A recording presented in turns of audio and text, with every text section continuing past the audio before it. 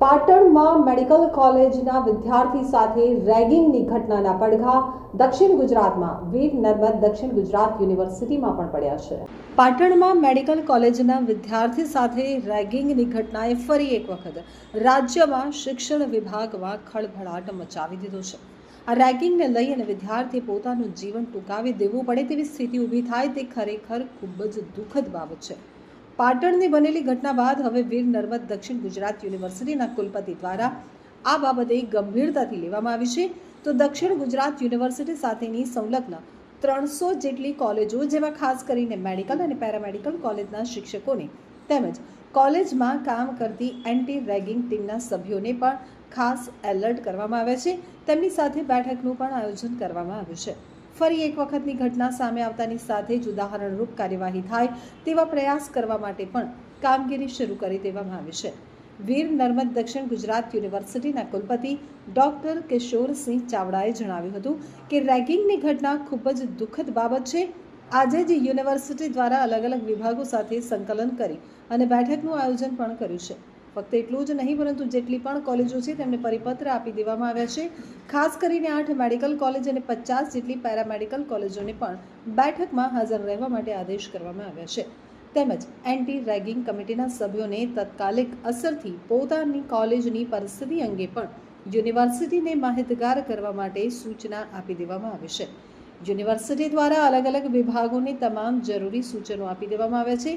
કોઈ પણ વિદ્યાર્થીએ ગભરાવાની જરૂર નથી। રેગિંગ જેવી કોઈ પણ પ્રકારની ઘટના થતી હોય તો પોતાની કોલેજની એન્ટી રેગિંગ કમિટી સમક્ષ રજૂઆત કરી શકે છે। તેમજ યુનિવર્સિટી ખાતે આવીને પણ અમને મૌખિક રજૂઆત કરી શકે છે। પાટણ યુનિવર્સિટીમાં ઘટના બની છે એ ખૂબ જ ગંભીર છે।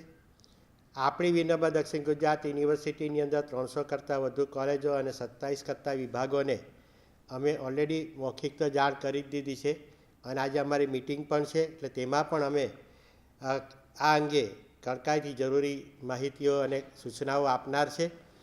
વધુમાં જણાવવાનું કે આવા પ્રકારના જે વિદ્યાર્થીને રેગિંગના આ પ્રકારની ઘટનાઓ બને છે તેવા પ્રકારના લોકોને અમે આપના માધ્યમથી એવી સૂચના આપીએ છીએ કે આવા પ્રકારના વિદ્યાર્થીઓ અંગે જેની પાસે માહિતી હોય તેણે તાત્કાલિક પોતાના એન્ટી રેગિંગ વિભાગના સેલને તાત્કાલિક જાણ કરવી અને જરૂર લાગે તો યુનિવર્સિટીની કુલપતિની ઓફિસ જે છે એ લાંબો સમય ખુલ્લી જ રહેતી હોય છે। કોઈપણ વિદ્યાર્થી અહીં આવીને એ મૌખિક રજૂઆત પણ કરશે અને તરત જ અમે એને જરૂરી એ સંબંધિત કડકમાં કડક પગલાં લેવામાં આવશે।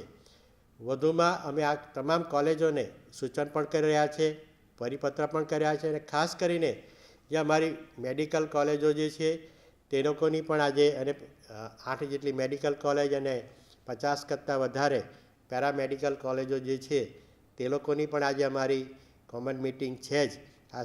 તો તેની અંદર પણ અમે તે લોકોને કડકાઈથી આ બાબતમાં જરૂરી કાર્યવાહી કરવાની સૂચના આપી રહ્યા છીએ।